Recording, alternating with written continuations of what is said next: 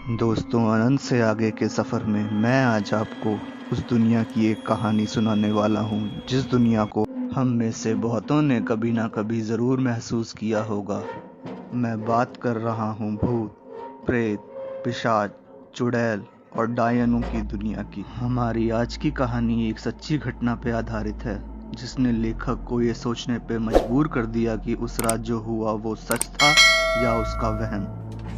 ये बात आज से कुछ 5 साल पहले की है, जब लेखक अपने करीबी दोस्त की शादी में शामिल होने गया था।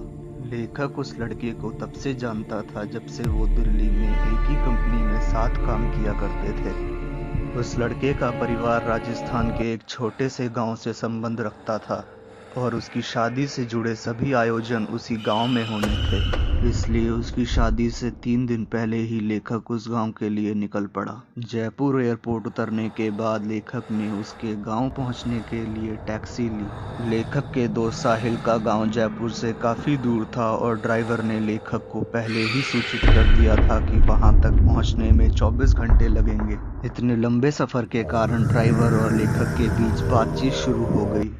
बातों बातों में ड्राइवर ने पूछा, साहब, क्योंकि आप जिस गांव में जा रहे हो आपको उस गांव के राज के बारे में पता तो होगा ही। लेखक ने पूछा, कैसा राज? ड्राइवर ने कहा, साहब, बूढ़ी डायन का राज। और लेखक का आगे का पूरा सफ़र उन डायनों और उनके किस्से सुनते ही बीता। क्योंकि लेखक दिल्ली का एक मॉडर्न लड़का था, इसलिए वो किसी अन्य मॉडर्न लड़के की तरह इन बातों को हंसी और मजाक की तरह लेकर अपना सफ़र काट रहा था। पर उसे क्या पता था, ये भूतों को लेकर उसकी ज़िंदगी का आखिरी मजाक होगा। थोड़ी दूर जाने के बाद टैक्सी बंद हो गई। कोई मदद न मिल पाने के कारण ड्राइवर ने लेखक को कुछ दूर आगे ढाबे पे जाने को कहा और कहा कि लेखक के खाना खाते ही वो गाड़ी ठीक करवा के ले आएगा। लेखक उस बात को मान गया क्योंकि वैसे भी उस वक्त उसकी भूख की कोई सीमा नहीं थी। लेखक ढाबे की ओर निकल पड़ा। थोड़ी दूर चलने के बाद उसे किसी के अपने पीछे चलने की आहट सुनाई देने लगी।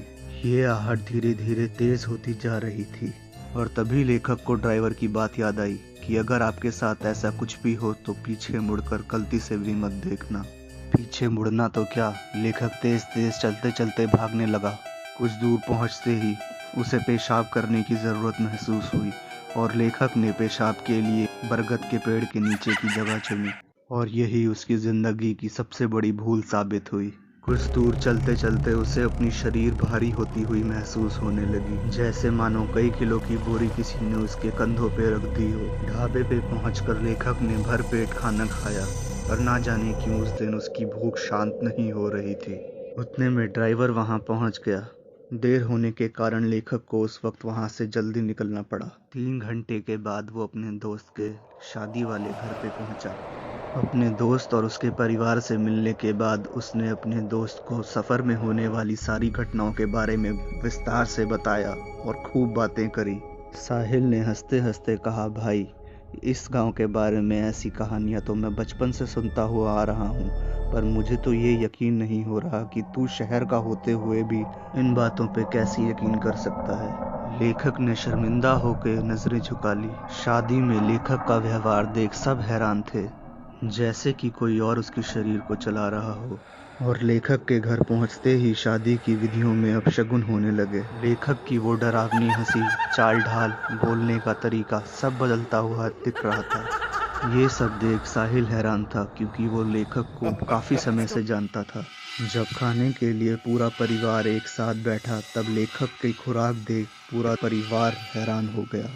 उसने 4 लोगों का खाना अकेले ही खा लिया। लेखक का पेट फूलते हुए देख सबको उसे जबरदस्ती खाने के लिए रोकना पड़ा। ये सब देख साहिल समझ गया कि उसके दोस्त के साथ कुछ न कुछ तो जरूर रास्ते में भयानक हुआ है। साहिल ने तुरंत अपनी दादी को पूरी बात बताई और उसकी दादी ने गांव के किनारे रहने वाली बूढ़ी दादी को बुलाया। लोग कहते थे बूढ़ी दादी को तंत्र विद्या में सिद्धि प्राप्त थी। बूढ़ी दादी का उस गांव में बहुत सम्मान भी था क्योंकि उन्होंने उस गांव में बहुत लोगों का जीवन उन डायनों से बचाया था। बूढ़ी दादी के घर में प्रवेश करते ही लेखक बेचैन होने लगा। दादी के कहने पे साहिल और उसके दोस्तों ने लेखक को कुर्सी पे बांध के बैठा दिया। एक अंधेरे कमरे में दादी ने अपनी झाड़ फूक की प्रक्रिया शुरू की। उस प्रक्रिया में बूढ़ी दादी ने लेखक के बाल और उस बरगद के पेड़ के नीचे की मिट्टी जहाँ डायन वास करती थी, दोनों की आहुति दी और अंत में मंत्रों से उस डायन का संहार कर दिया। लेखक के होश में आने के बाद साहिल ने लेखक की बूढ़ी दादी से मुलाकात करवाई और बताया कि उसके साथ क्या क्या हुआ और कैसे बूढ़ी दादी ने उसे डायन से बचाया। ये सब सुनकर लेखक ने दादी को प्रणाम किया और उनका आभार व्यक्त किया। उसके बाद साहिल की शादी धूमधाम से मनाने के बाद लेखक वापस दिल्ली की ओर निकल पड़ा।